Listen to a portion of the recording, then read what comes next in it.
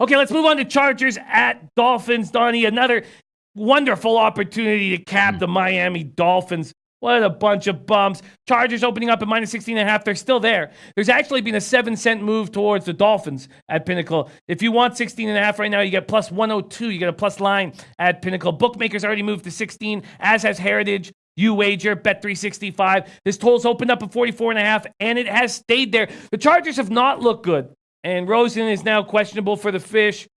I know this is a low total, but I do like the under. The Chargers have not been firing on all cylinders offensively, and we have 17-mile-per-hour winds in this game. 86 Fahrenheit, sunny, 17-mile-per-hour winds on Sunday. Donnie RightSide, Chargers, Dolphins.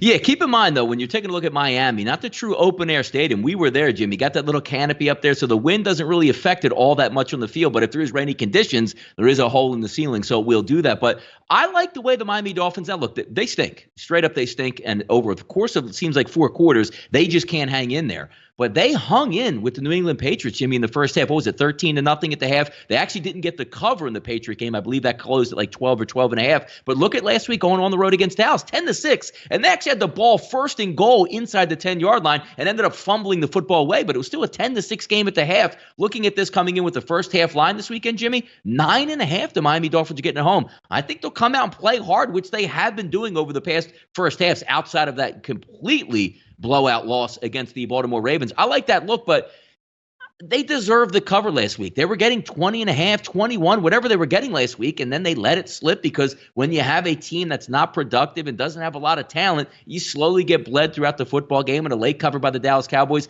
I'm hard-pressed to take the Miami Dolphins full game, but I got to tell you, they got some fight in the first half, and if you're going to give me 9.5 at home, I'm going to lean on that because you're right. When you look at the Chargers offense, it's not a quick strike, blast away offense. I think the Dolphins can hang around in the first half, but I'm giving up on taking the Dolphins full game. The talent just wins out in the NFL, and they don't have very much of it.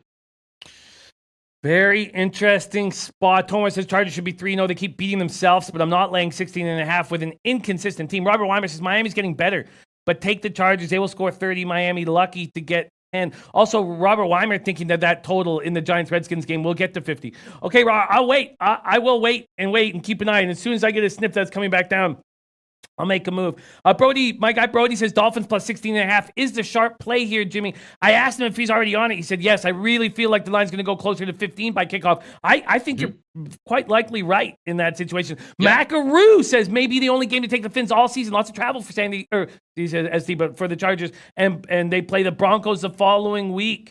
Dennis Garcia said Cowboys didn't try last week, still covered against Miami. Larry Savage says Chargers struggled to move the ball.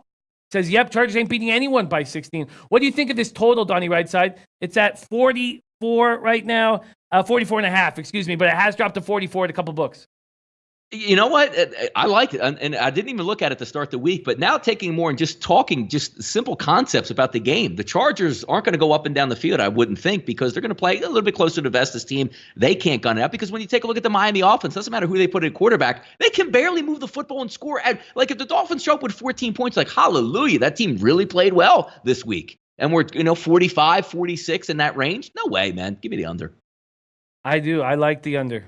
And I would prefer the under than to have the Dolphins. And I agree, taking the Dolphins first half might be a better look.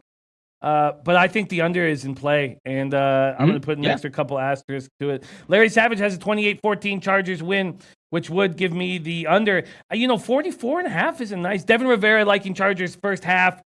Told me the Chargers need this game. I'd lean under. I don't see them staying aggressive with the lead. I agree with that. This is a move that must be made, and I'm going to make it on the Late Show today. I think it's a move. We got to get those 44.5s because they're coming down. It's coming down. In fact, you know what? I'm just going to lock it in right here. I'm going to lock it in line shopping. Let's go to totals. I'm going to lock in this under right now.